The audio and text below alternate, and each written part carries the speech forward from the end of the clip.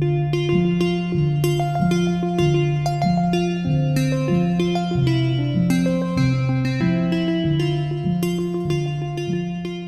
everyone. Welcome to our latest Stegner Green Bag. I'm Jonas Anderson. I'm the interim head of the Stegner Center for one more month.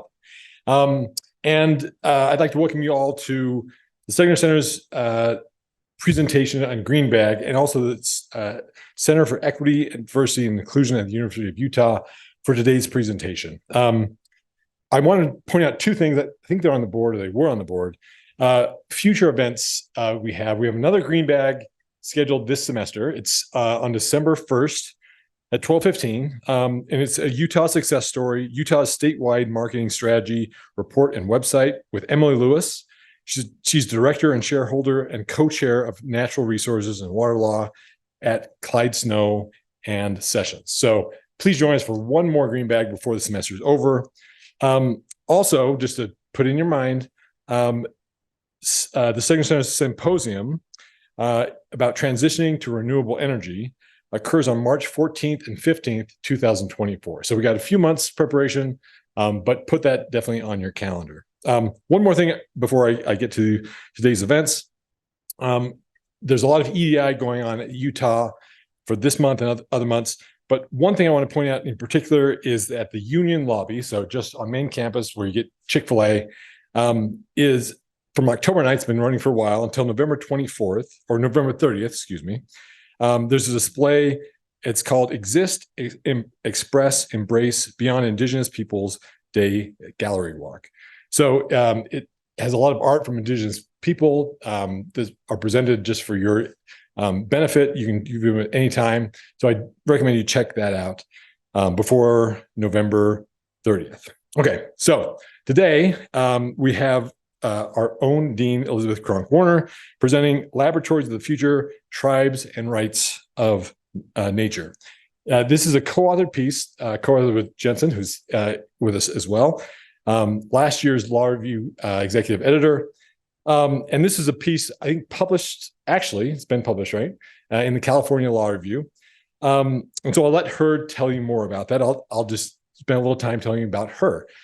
So Dean Kronk Warner is a Jefferson B. and Rita E. Fordham Presidential Dean and Professor of Law at the University of Utah. She has a huge resume. I'm not going to go through it all, but she's a nationally recognized expert in the intersection of environmental and Indian law. She has taught courses in property, Indian law, environmental law, and natural resources law, and she supervised the Tribal Judicial Support Clinic at the University of Kansas. She's received several teaching awards. She's published numerous books, numerous articles, and she's also she's a citizen of the Sault Ste. Marie tribe of the Chippewa Indians, served as an appellate judge for the tribe and as a district judge for the Prairie Band Potawatomi tribe. So that's a brief summary of her various accomplishments. So before I introduce her, I want to talk about the Q&A. So we'll hear her talk. Then we'll do Q&A, which we go to slido.com and enter the code #Stegner, and you put the question on the Slido. I'll get the questions. I will moderate the questions, and so after the talk, we'll have questions. So I hope you, if you're joining us online, I hope you submit questions, or if you're joining us in the audience, do it that way as well. And so with that, please join me in welcoming Dean Warner. Thank you, Jonas.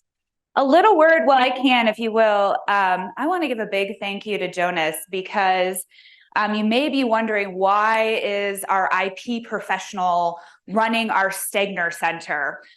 So a big thanks to him. Our director of the Stegner Center is currently on a much-deserved sabbatical, working on his book on Yellowstone National Park. And so we needed somebody to oversee and keep things on track for this semester.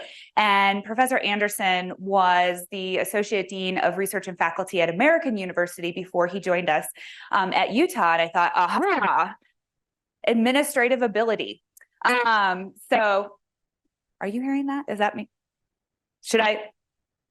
I'm good. Okay. Um, I can also just speak loudly. But I'm really thankful that he was willing to kind of take this on and put his great administrative skills to use, and we've benefited from his time. And so I just want to take a little moment to thank him for all he's done this semester to make sure that we stay on track. So a big thank you to Jonas.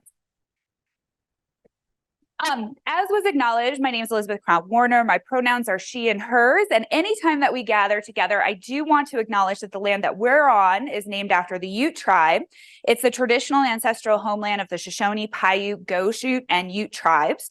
We here at the University of Utah recognize and respect the enduring relationship that exists between many indigenous peoples and their traditional homelands. And we respect the sovereign relationship between tribes, states, and the federal government.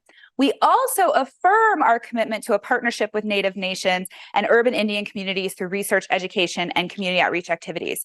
So it seems really appropriate that we should be taking this time today during November, which is, of course, Native American Heritage Month. And it's also, if you're wondering, Rock Your Mocks Day. So you might be seeing some moccasins, to think about this intersection of environmental law and Indian law issues. And as part of our commitment, it's more than just lip services here at the S.J. Quinney College of Law. As you may know, we do a lot of events here at the College of Law, and we do not charge tribes for bringing their events to this space. We can't give the land back, don't have that authority. I think the governor might have something to say about that, but we can make this a safe space for tribes and tribal entities. And so we try to do that and affirm our commitment and say it's more than just words. So I'm really excited to talk to you today because I don't usually get to do this. Usually I have to go to other places to talk about my research. So I'm super excited to be here and have the chance to talk about this paper. As was mentioned, this is co-written with Jensen Lillquist, who's here in the audience, but currently working for the federal government. So nothing that I'm going to say should reflect on him. They are my views only and not the views of the federal government. But I do want to acknowledge that he's here today. And as was mentioned, this article is published. It was published this past spring in the California Law Review. And I think there's a lot of themes that we can continue to explore throughout this article. And so I welcome your engagement later. And so this article really kind of came out of two spaces. So Jensen was working with me as a Quinney Fellow, and we were working on another paper topic. And we were really interested in this topic overall of the idea of tribes as laboratories. So the theory of federalism posits that we have these 50 states, right? And states are great places for experimentation, and whatever works well, theoretically, we could elevate that to the federal level, or conversely, if the federal government develops really interesting law, then the states could benefit from it. And what we want to explore is, what about tribes? So tribes can be incredibly beneficial laboratories from which other governments can learn. There's many advantages to tribal government innovations. So tribes are separate sovereigns. They maintain their sovereignty today. We had a most recent affirmation of tribal sovereignty in the Brat-Keane case this past summer by the US Supreme Court. So it still persists today. And tribal governments are not homogenous. So unlike many of our, well, basically all of our state governments, I think Nebraska maybe has a unicameral system, but other than that diversity, pretty much everybody has a bicameral system similar to the federal government. Tribal governments can be very different. And as a result, there's real opportunity for innovation. And there's a lot that I think that we can learn from tribes. I mean, let's be honest, the federal government hasn't done anything truly innovative since maybe the 1990 Clean Air Act amendments. And we have a lot of challenges today, which require looking at a natural resource holistically, rather than thinking about it in piecemeal in terms of air pollution, water pollution, toxic waste pollution. I think a great example, and I applaud Professor Brigham Daniels, who is here with us in the audience, who's doing work on the Great Salt Lake. You'll notice he has a fabulous button on of the Great Salt Lake. And that's a great example, right? We have this huge environmental, it's been called a nuclear bomb by the New York Times, sitting in our backyard here in the Salt Lake City area, and we haven't come up to a solution yet. So we need to look beyond our existing framework, and we need to look to other sovereigns to lead the way. And I point Professor Dane, I didn't close the loop on that, I pointed out because he's doing great work in that space, and really appreciate everything that he's doing. And the solutions that we do have aren't going to work, right? BYU just put out a report, I believe yesterday, saying that even if we put aside the cost of constructing a pipeline to bring in salt water to the Great Salt Lake, that the energy costs, I believe, would be $300 million per year to pump the water to the Great Salt Lake. So we're not finding solutions to these environmental problems looking at our traditional methodology. So we need to be innovative. And I think tribes have a lot to teach us, and tribes can show us the way. So that's where we got this idea for the article. And global challenges such as climate change and mass extinction to local challenges such as toxic spills and undrinkable water, environmental degradation, and the impairment of earth systems are well documented. Yet despite this reality, the United States federal government has done little in the last 30 years to provide a comprehensive solution to these profound environmental challenges. Likewise, state governments have been unable to solve the challenges as well. So it's against this backdrop that we can look at rights of nature as having increasingly gained traction, both internationally and domestically. We'll talk about both. And as a way to potentially protect natural environment from the harms perpetrated by humans. So rights of nature laws generally have two elements. The first is legal personhood for natural entities, such as nature having standing in court, and the second is substantive rights. The work of tribes in this space can serve as alternative ethical paradigms and laws for non-native communities looking for an alternative to the status quo. In the United States, tribes can serve as laboratories for environmental change given their tribal sovereignty and environmental ethics. In addition, tribes exist with a different legal framework within the United States and municipalities. By comparing a rights of nature related litigation in Florida, as we'll come to at the end of the presentation, with the White Earth Nation and its adoption of provisions specific to Newman, we can see that rights of nature provisions adopted by tribes stand a greater chance of withstanding legal challenges. And from that, perhaps we can learn how other non-native communities might be able to implement these legal changes within their communities. So ultimately, non-native communities considering or looking for ethical paradigms alternative to anthropocentrism should consider the work being done by tribes in this space. Tribal environmental ethics may depart from anthropocentrism, and tribes are already implementing laws based on such alternative ethical paradigms. Yet scholars and advocates often fail to look at indigenous peoples for solutions. Can I tell you how many times I've been to environmental conferences and there'll be somebody who'll get up and say, I thought of something new, resilience theory or fire suppression. And I'm like, yeah, tribes have been doing that for centuries. So just always remembering that we have tribes and we have this experience. Indigenous peoples and tribes have been incorporating the rights of nature principles into tribal and customary law for a long, long time. To date, several tribes within the U.S. have passed rights of nature resolutions. These tribes, as much as any state or municipality, represent laboratories in which the concept of rights of nature can be tested for strengths and weaknesses. This testing may in fact produce the United States' first enforceable rights of nature provision. So let's go ahead and get into it and think about this a little bit more. So first, what are we going to cover in this presentation? Okay, so first we're going to talk about what are rights of nature? What am I talking about?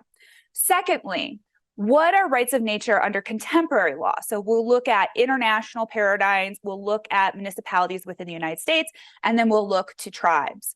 And then we can kind of develop this idea of tribes and rights of nature and how tribes really can be effective vehicles to learn from. And then we'll compare the Wild Cypress Branch case versus the Newman case coming out of Minnesota to see how the tribal framework works differently or is being challenged differently than municipalities. So what are rights of nature? Rights of nature seek to make injuries to natural entities legally cognizable, and justiciable in court generally consist of at least one of two elements. First, legal personhood for nature or specific natural entities, and two, substantive rights for nature or specific entities. So to date, many countries have implemented rights of nature on a national level, and several cities and municipalities have done so as well. Within the United States, various tribes and municipalities have passed rights of nature law, although no state has done so.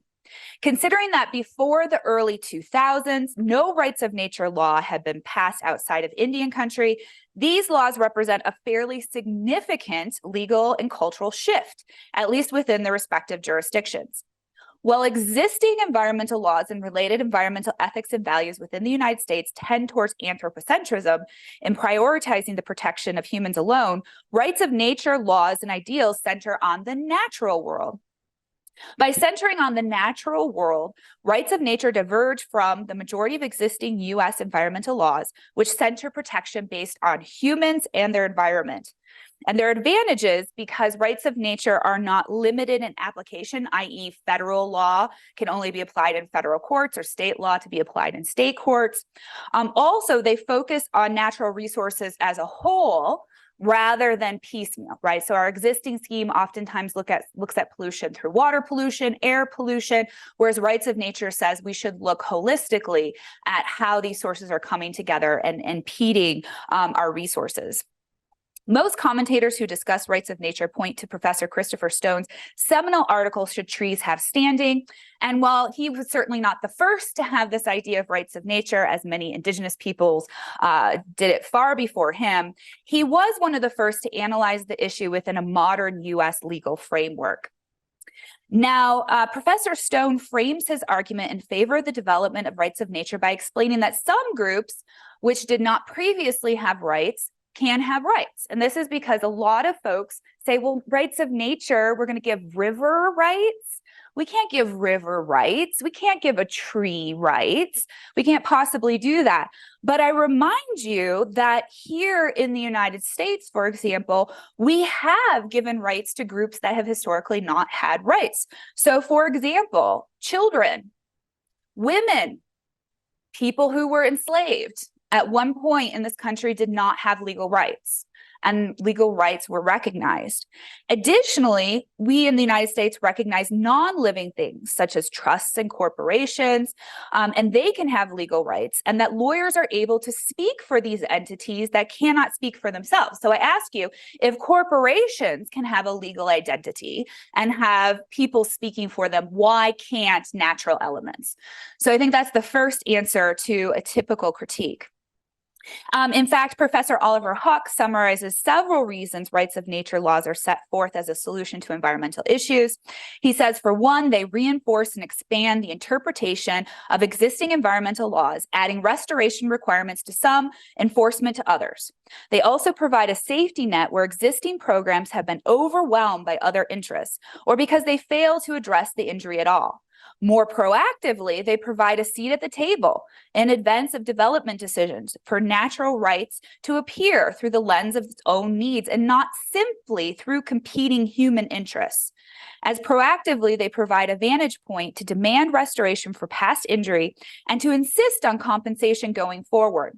Lastly, and perhaps most enduringly, they catalyze a new awareness of our relationship with the natural world, which in turn could play a larger role in human survival, which we may now admit. Okay, so we talked about the fact that there's substantive due process and there's legal personhood when we're looking at rights of nature.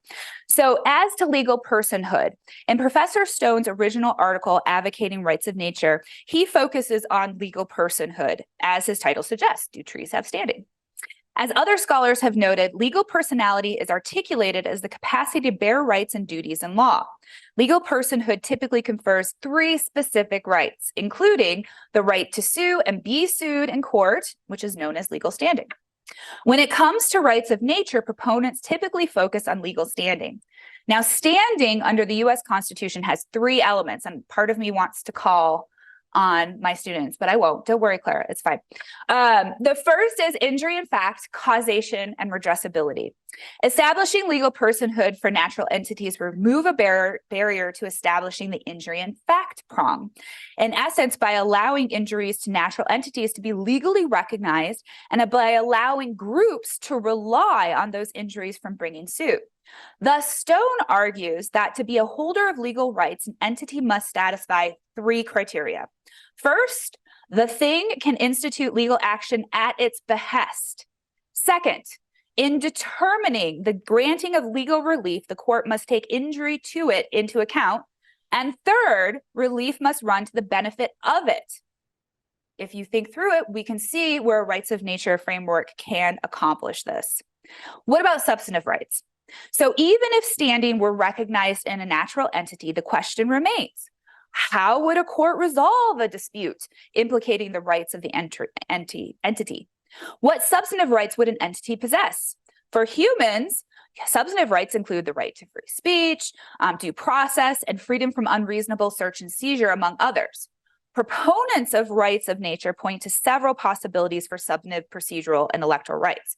So, for example, Stone gives the example of the National Environmental Policy Act, or known as NEPA, as an analog to procedural due process for the environment and argues for its expansion to private entities.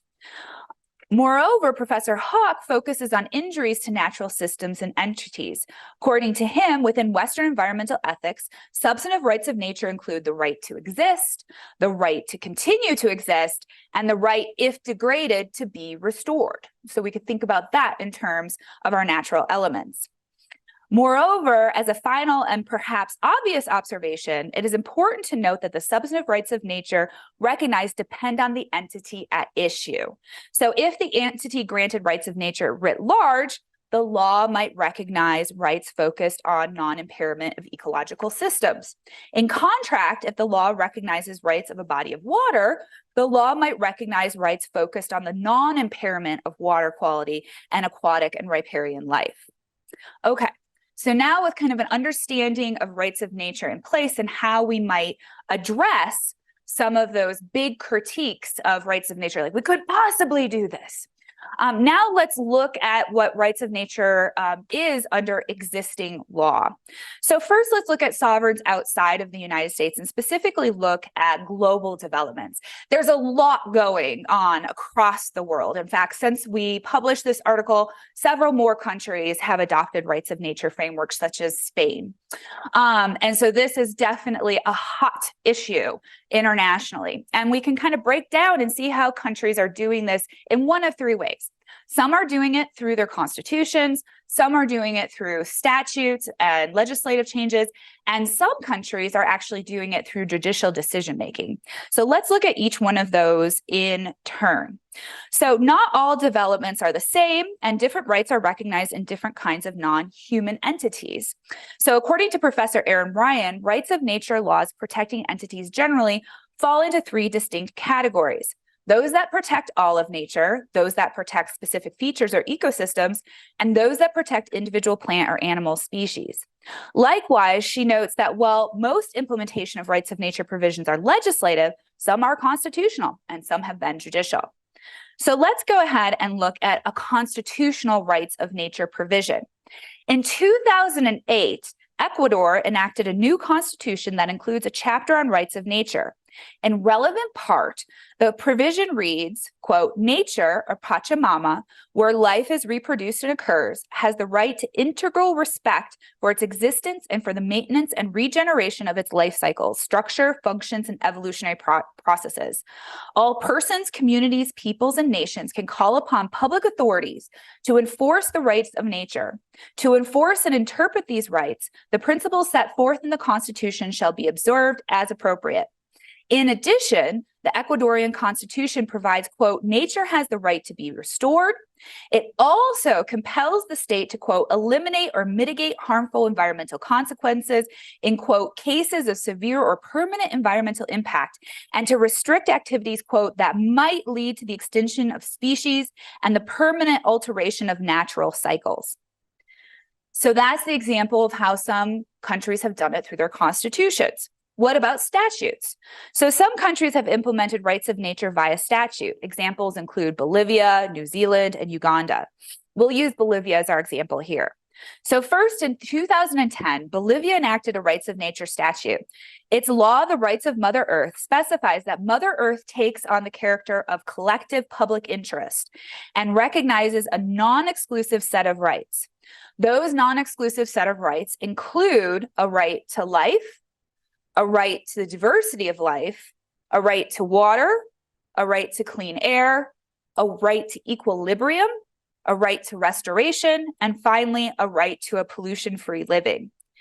In addition, the statute requires that Bolivia develop policies to prevent harm to systems inherent in Mother Earth and creates duties for private individuals. In 2012, Bolivia enacted a statute that began to implement the Law of Rights of Mother Earth. This statute, called the Framework Law of Mother Earth and Integral Development for Living Well, specifies, quote, that violation of the rights of Mother Earth constitutes a violation of public law and collective and individual rights. However, the statute leaves penalties for the violation to another law. What about judicially recognized rights of nature? So both Colombia and Bangladesh have implemented rights of nature through their judiciaries. And we'll use Colombia as our example here. Colombian courts in several decisions have recognized rights of nature. Two cases are particularly relevant. In 2016, the Constitutional Court of Colombia ruled that the Atrato River, its basin, and tributaries are recognized as an entity subject to the rights of protection, conservation, maintenance, and restoration by the state and ethnic communities. Further, in 2018, the Supreme Court of Justice of Colombia, in response to an action to combat deforestation in the Colombian Amazon, built upon the Atrato River decision to hold that the Amazon was subject to rights and ordered plan to end deforestation. Okay, so lots happening internationally. What's happening within the borders of the United States? So first, neither the federal government nor the states have taken action. So this is something that's happening within localities, municipalities, and tribes. But a lot is happening here too. So for example, roughly 50 municipalities within the United States have enacted rights of nature, including in Pennsylvania, Pittsburgh, Pennsylvania, Santa Monica, California, Grant Township, Pennsylvania, lots going on in Pennsylvania, Toledo, Ohio, and Orange County, Florida, which we'll talk about in one moment. Additionally, in 2017, there was a lawsuit brought on behalf of the Colorado River from the courts to request legal personhood for the Colorado River. Now, many municipal rights and nature laws are focused on nature and ecosystems in general and provide the right to exist and flourish. Most such laws provide legal personhood to provide the natural entity standing or permit citizens to sue on the natural entity's behalf. The laws are very similar to Pittsburgh's, which reads, quote, natural communities and ecosystems, including but not limited to wetlands, streams, rivers, aquifers, and other water systems, possess inalienable and fundamental rights to exist and flourish within the city of Pittsburgh. Now, as we've seen this proliferation, we've also seen, as we'll talk about in a moment, that many of these provisions has been struck down either as being preempted by state law or as being too vague to be implemented. And so there's still a lot to learn and a lot to be found from looking to the tribal example. So let's look at tribal rights of nature. Now, I have to say, I typically don't like to use stereotypical images of tribes, right? We no longer, I'm a tribal citizen, I don't live in a teepee, but I just really liked this picture. I just thought it was really pretty. So that's why it's in there. But I do like to acknowledge that we are contemporary and have adapted. Many of us no longer live in teepees. But tribes within the United States are governed by a different legal framework than governing states or municipalities. So in addition, many tribes have environmental ethics that differ markedly from those embraced by Western entities. So let's talk about what makes tribes different in terms of adopting rights of nature framework. And the two main differences are tribal sovereignty and tribal environmental ethics. So the main thing to remember, as I mentioned before, tribes are sovereign entities. They possessed sovereignty before the formation of the United States. They do not have the ability to legislate and enact laws because they have delegated authority from the United States. As such, as sovereign entities, they have the capacity to adopt any laws that do not directly conflict with federal environmental laws. So, for example, our federal environmental laws, our Clean Water Act, our Clean Air Act, our Safe Drinking Water Act, our Conservation and Toxics Acts, none of those speak to climate change. Right? The federal government has not done anything in that particular space. And so as a result, under inherent tribal sovereignty, tribes are getting increasingly innovative in the climate change space, adopting their own adaptation plans, and having some successes. I would actually argue that that's another space where sovereigns can learn quite a bit from tribes. And in addition to tribal sovereignty, tribes are also different from a lot of these municipalities and non-native communities that we've talked about because of their tribal environmental ethics. We consider how law does and does not align with a community's environmental ethics and how this alignment or misalignment may impact legal claims. There's a strong interplay between environmental policy and the environmental ethics underlying its creation. Environmental policy is, quote, the product of the combined influences of environmental ethics, science, and economics. Environmental ethics, as Professor Rebecca Sosi explains, helps us analyze the moral relations between human beings and the natural environment and forms a context in which to understand our system of environmental laws. Systems of environmental ethics are comprised of values, which underlie judgments about what is, quote unquote, good, either morally or materially, and norms, which are designed to place values into operation at the social level by making judgments about certain context. In other words, environmental ethics represent a community's values. Therefore, if the law is misaligned with these values, there is conflict, such as litigation, that will result. Quite frankly, a square peg will not fit into a round hole. So for non-native communities that might have different environmental ethics from tribal communities, we can see where there can be this misalignment between a rights of nature framework, which is not centered on the human world, and the common anthropocentrism viewpoint that a lot of our non-tribal communities use.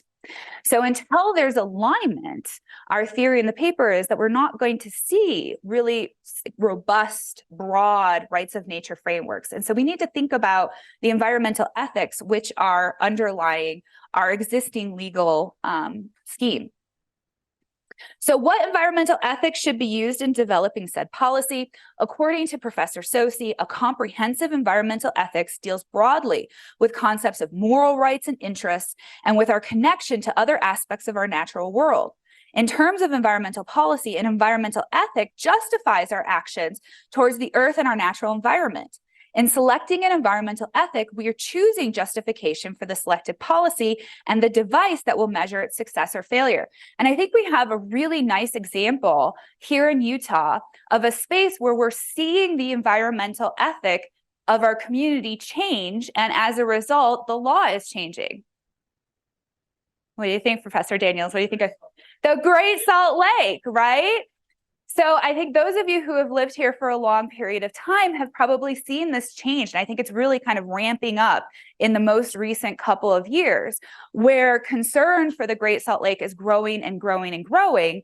And it's becoming a bipartisan issue across the state in terms of the need to restore and save the Great Salt Lake. So we see that the ethics around protecting the Great Salt Lake, I think, have changed in Utah. And as a result, we're seeing the law follow that. And we're going to get to legal solutions. Professor Daniels is going to lead the way, and we're going to get there. And I think that's a great example of how it can happen. So I don't want you to walk away from this presentation saying, well, tribes are different, the environmental ethics are different, environmental ethics can never change. Because I think our Great Salt Lake example shows us that they can change.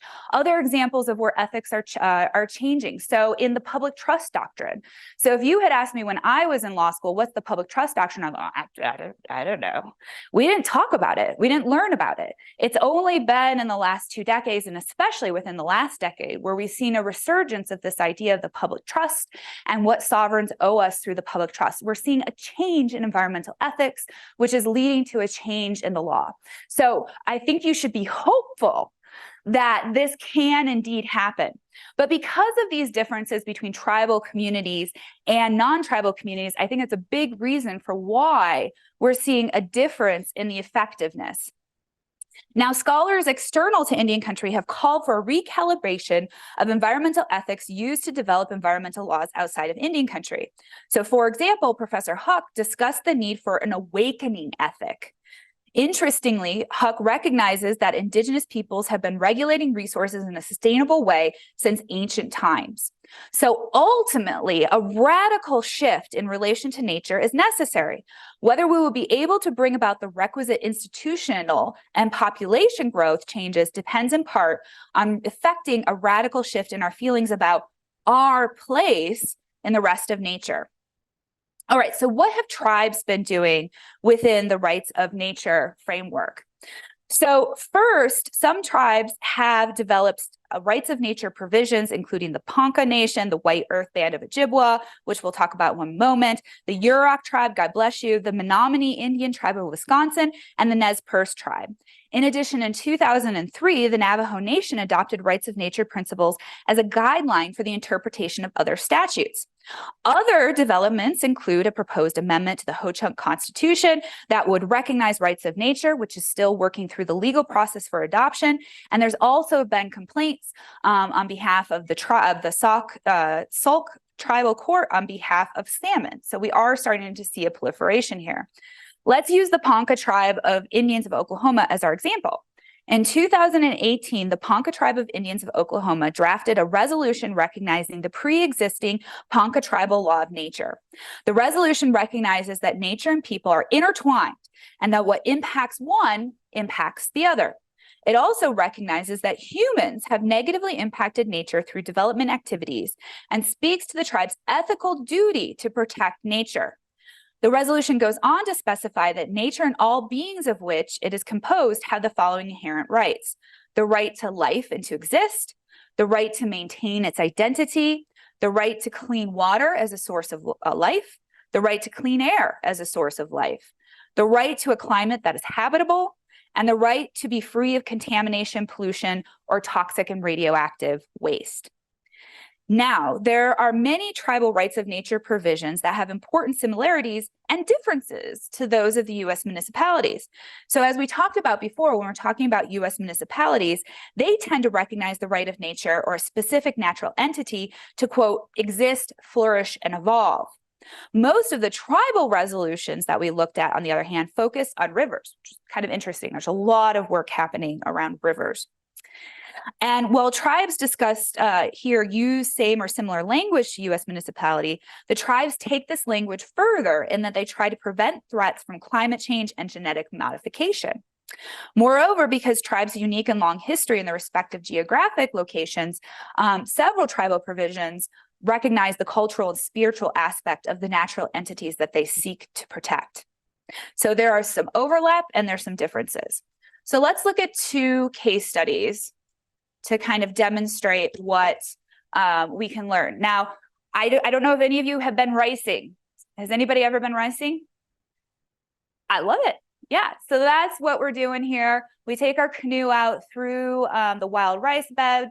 You hit the wild rice, and the rice and other things falls into the canoe. And so that's how we harvest our wild rice. So I wanted to share a picture of ricing for you.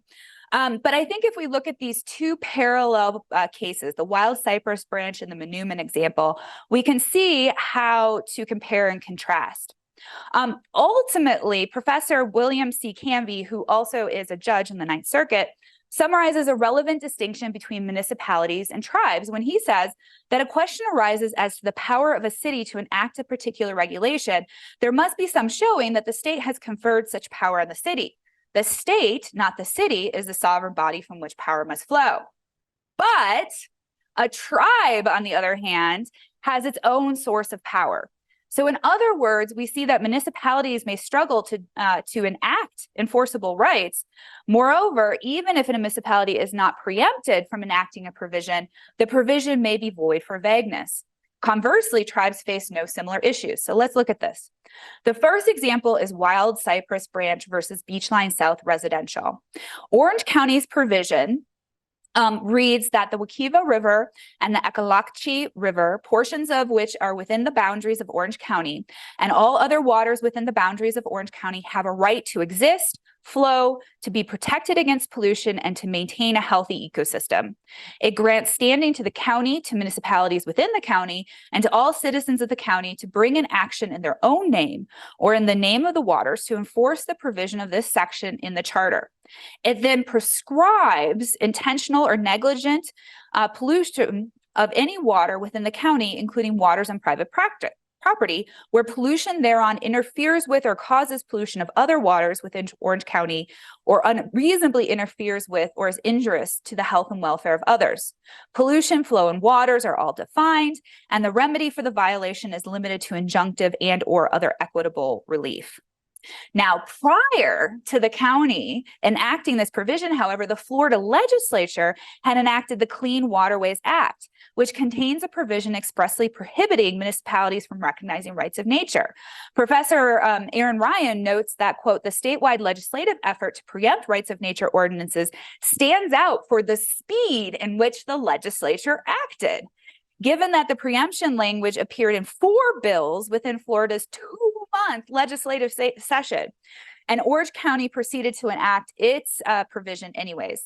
So in April 2021, advocates brought a suit on behalf of the Wild Cypress Branch, which is one of the waterways that was protected, against a residential developer and the Secretary of Florida Department of Environmental Protection. The complaint asserted that the developer, Beachline South Residential, applied for permits to fill 115 acres of wetlands located within Orange County. According to the complaint, this filing of wetlands violated the rights of the waters to Orange County to exist, to flow, and to be free of pollution and maintain a healthy ecosystem.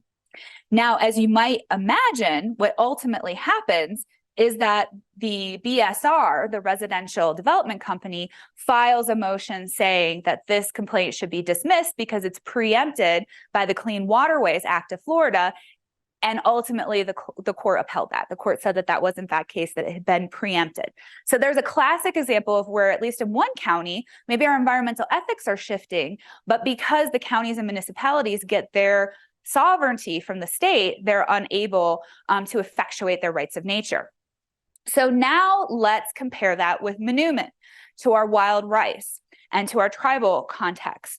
So in the Manoomin context, we can see a different story. So Manoomin plays a critical role within White Earth Band of Ojibwa and other tribes. I'm Ojibwa too, so I love the wild rice. It's very important to us. It's part of our culture and it's key to our creation story. Additionally, wild rice, or Manoomin, is a good berry in Ojibwa language. It is a member of the family, a relative. Manoomin is more than food. It is a conveyor of culture, spirituality, and tradition. For us, it's logical to give rights to plants, animals, and the natural world because the Ojibwa worldview holds that everything in nature is a spiritual being, and there is an acknowledged relationship with nature. So on December 31st, 2018, the White Earth Reservation Business Community, which is the governing arm of the tribe, adopted a resolution recognizing the rights of Manoomin, which said, Manoomin, or wild rice, within the White Earth Reservation possesses inherent rights to exist, flourish, regenerate, and evolve. Similar language, right, that we saw before in the municipalities.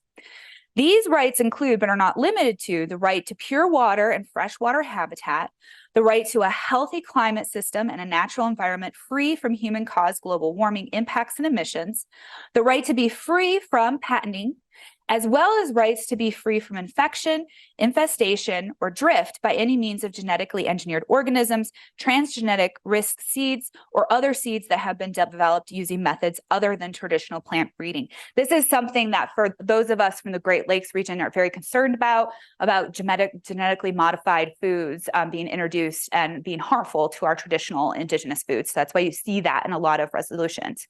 So now, interestingly, so too did the tribe sue the government for allowing for development in wetlands, which would hurt the Manoomin in violation of the rights of nature provision. Now, what's interesting here is, unlike in Florida, where Orange County was told that it was preempted by the state and did not have the authority to do so, no one challenges the authority of White Earth to adopt a rights of nature provision. In fact, in its complaint to the federal district court, the Minnesota Department of Natural Resources acknowledges that the tribe has the right and the ability to adopt this rights of nature provision under its tribal sovereignty. So what the debate is about in the Newman case isn't about the validity of the rights of nature framework. It's about whether the tribe can sue an entity doing work off the reservation using existing tribal code. So is there extraterritorial application of the code off of the reservation? Now, interestingly enough, the district code, so the Minnesota Department of Natural Rights says, no, we're not going to hear this in tribal court. We want the federal district court to say that the tribal court doesn't have jurisdiction in this case.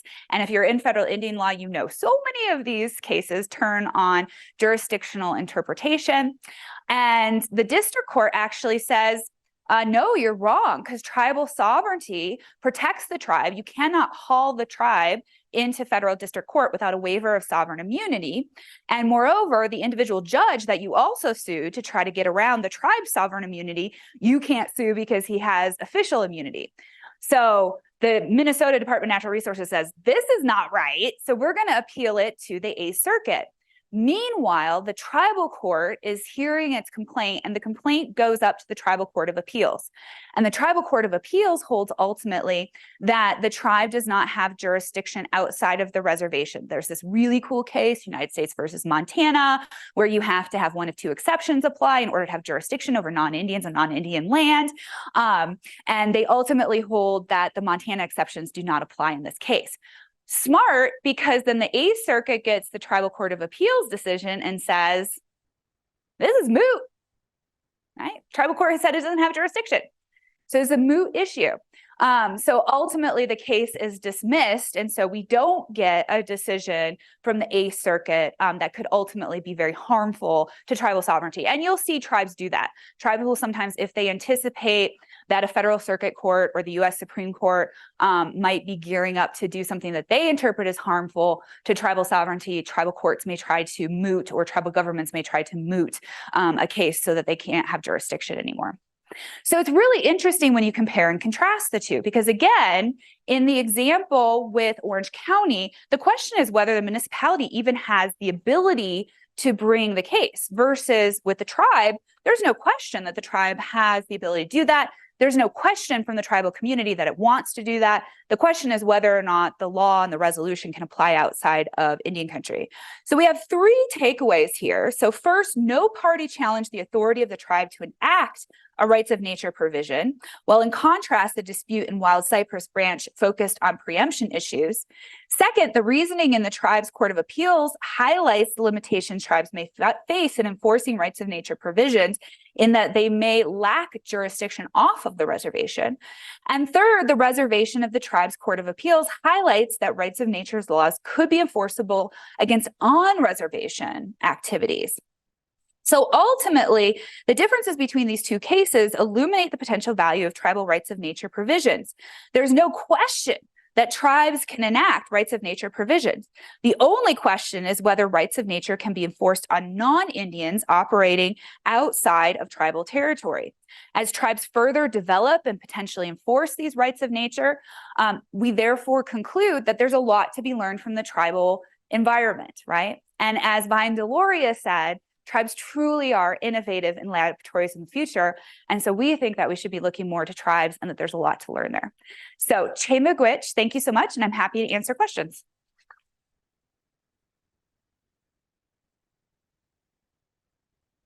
Okay, great. We have a long list of questions. I'm not sure we'll get through them all, but I'll try. So the first one is a basic question. How do you think a harm to nature could be operationally defined? So they make the point that one could say that a fire harms a tree or grove of trees, but it might be fundamental, it might be beneficial to the larger forest. So how do you get your head around that. Yeah, absolutely. And so the way that a lot of countries and municipalities outside of the United States, and even here within the United States, have operationalized it is to assign guardians for the resource. And so the guardians ultimately are the ones who make the determination as to what is harmful and what's not harmful. And so in that instance, fire is a great example of where we know the federal government's catching up to tribes, but tribes have known for a really long time that fire can actually be good. It can be good for a forest system. And so tribes have developed prescribed burns and bridging fires, et cetera. So that could be an example where even though the tree might be harmed, the forest as a whole, it would just be how is the resource defined? How is it in the statutory or constitutional provision? And then do we have a guardianship set up to advise as to the harm to whatever it is? All right, and follow up on that, another question they ask about how you define that entity. Is it a forest? Is it a grove? And they ask, are there any statutes that make useful points of how we can define this? Mm-hmm. And the answer is that we've seen all of the above. So that's up to the legislative body, whoever's the decision maker, to decide how they want to define the corpus. Is it going to be a forest? A lot of these rights of nature provisions, as I mentioned, have popped up around rivers. And so they'll talk about the river ecosystem. And so, for example, a lot of tribes will say, what are places of cultural and spiritual significance on rivers? So we've seen that quite a bit. We've also seen forests being mentioned. We've also seen, in the case of monuments, specific natural resource items such as wild rice being protected. So it could be anything, really. It just depends on how it's being defined by the decision-making body. Then a question that kind of reverses maybe your argument says, if nature is given the legal right to sue, could it then be sued? And what are the arguments for and against allowing nature to be sued? Mm-hmm.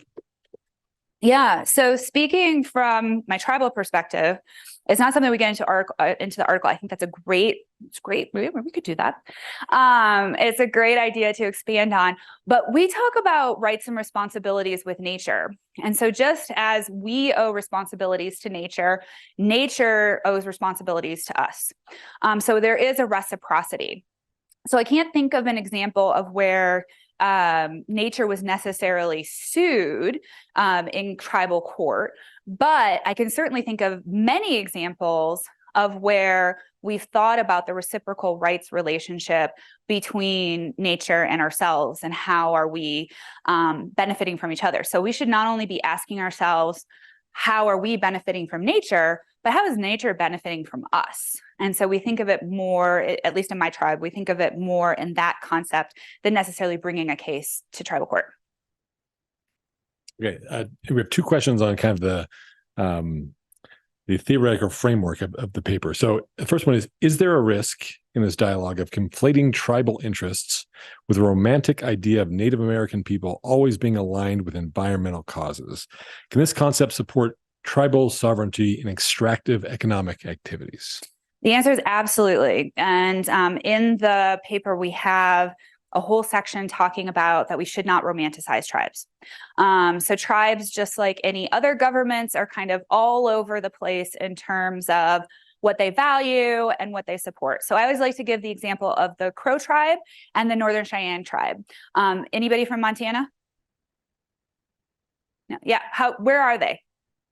Crow tribe and Northern Cheyenne. And Northern Cheyenne's right next, right? So like literally kind of in the same territory. And the tribes could not be more different in terms of how they view natural resources development. The Crow tribe has been relatively supportive of natural resource development as a way for economic diversification, whereas the Northern Cheyenne tribe has said, no, we're going to keep the resources in the ground. We're not going to be involved. So we should try to never stereotype just by virtue of tribal identities. Now, many tribes tend to be, environment plays a different role because for us, we're very place-based. So for example, My summer ceremonies, I go back to Michigan every summer. That's where my tribe is. And I have to go back to Michigan to participate in summer ceremonies. I can't do summer ceremonies here in Salt Lake because they're directly connected to the land that my tribe is on. So many tribal communities tend to be very place-based that we don't necessarily see in other contexts. So there are some differences, but that's a really good point. Whoever raised the question, all the questions are good. I hate when people say that was a good question. All the questions are good, but it's a really good point. I think sometimes people think that because we're Native, we're somehow better, more than, or whatever your stereotype is. We're all hugging trees in the forest, and that's not necessarily true. Another one on a similar line. Do you worry at all that the anthropocentrism might still be the foundation for environmental ethics if humans decide which parts of nature have rights and which seemingly don't? Yeah, I think that's a really legitimate concern that a lot of people have, rights of nature. Of course, a lot of the guardianships that have been established through committees. And so I think having more than one person involved in determining what's threatening the right of nature is certainly very helpful. But at the end of the day, we're all human, and it's really hard to separate ourselves from nature and how it's impacting us, right? It's really hard to draw that separation. So I think inherently that is going to always be a flaw, but we do it in other contexts, right? If we can talk about what's good for a corporation, or we can talk about what's good for other entities, if we can talk about what's good for children, well, they're still children, I think that we can move forward and we can do that for natural rights as well. But admittedly, we are human, and our humanness will inform how we protect nature. Spencer has a question. Have you seen similar innovation in rights to a habitable planet for humans among tribes? Do you see rights to a habitable planet as a stepping stone and as synergistic to rights of nature efforts, or a distraction?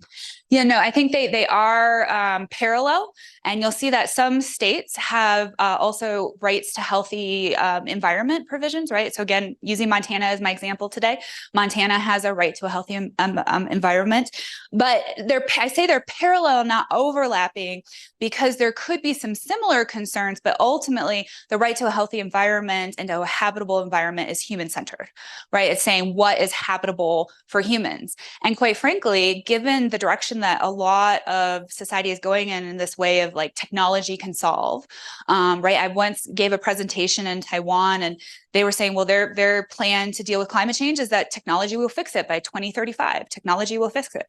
That's great for humans. I mean, we could argue whether or not that's great for humans. We'll survive, but what about nature? So they're parallel, and there could be some overlap, but there could also be some differences there. Did you have your hand up? Am I allowed to go off, Slido? Go for it. All right. What opportunity would bring a development like tribal co-stewardship of a species? For example, the development of around the response to the Heartland's buffalo co-stewardship suggestion. What doors would be open there for this concept? Yeah, I'm excited because that was the next paper. So the Ecology Law Quarterly is going to publish an article that I wrote with Jesus Salazar. So I like to write with our students because they're amazing. And that specifically looks at shared stewardship. So shared stewardship is somewhere not quite co-management. So there are Section 638 contracts, which allow for tribes to take federal contracts to undertake federal duties. So that applies to the National Park Service. It applies to BLM. It applies to the Forest Service. But co-stewardship says we're not going to quite go so far as to have the contract, but there's a lot that we can learn from tribes in managing natural resources. So in that argument or that article, we actually argue that we should have co-stewardship of the Great Salt Lake, for example, because all the tribes, even though they've been removed from the Salt Lake, they were there and they had connections to the Great Salt Lake since time immemorial. They have amazing traditional ecological knowledge. Forrest Kutch is a great example of that. He's talked about his tribe's ecological knowledge of the lake. And so I think a shared stewardship model would allow us to better regulate the lake. So yeah, so that's coming out. We just finished the first edits. So it's probably coming out in the spring sometime. I'll send it to Jan so it gets out. Does everybody know Jan? Jan's amazing. Jan's the reason information gets out. So make sure Jan has it. Okay, last question. You've done great. You got through most of them. Do you think that adoption of limited rights of nature, example for a lake, may move a community's environmental ethics to be receptive to a more comprehensive framework? Yeah, I think that's where we're starting to recognize, I mean, not starting, some sections of our communities already know that. I think as a society, we're increasingly seeing where the existing framework falls flat. We've had some successes, and I don't want to diminish that we haven't. I mean, a lot of people forget that in the 1970s, early 1970s, people in the United States were dying because of the poor air pollution.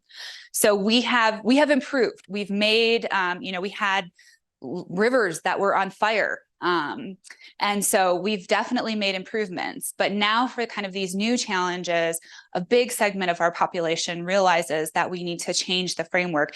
And so I do see the possibility for a shift in environmental ethics. And I think some of that's already happened. And so part of this work is, and that's where, if you don't know Dr. Francis, she has a co-appointment with the philosophy department, and the philosophy department has folks who are really wrangling with this question of environmental ethics, which is really great because the University of Utah just does it all. And so kind of looking at society and how the ethical paradigm can change and shift. But I think that's something for those of you who are going into environmental law is a really fascinating question, right? Like, how do you enact that? So I think we're starting down that track, but we still have some work to do. And you all can do it. Great. With that, join me in thanking Dean Kronk Warner.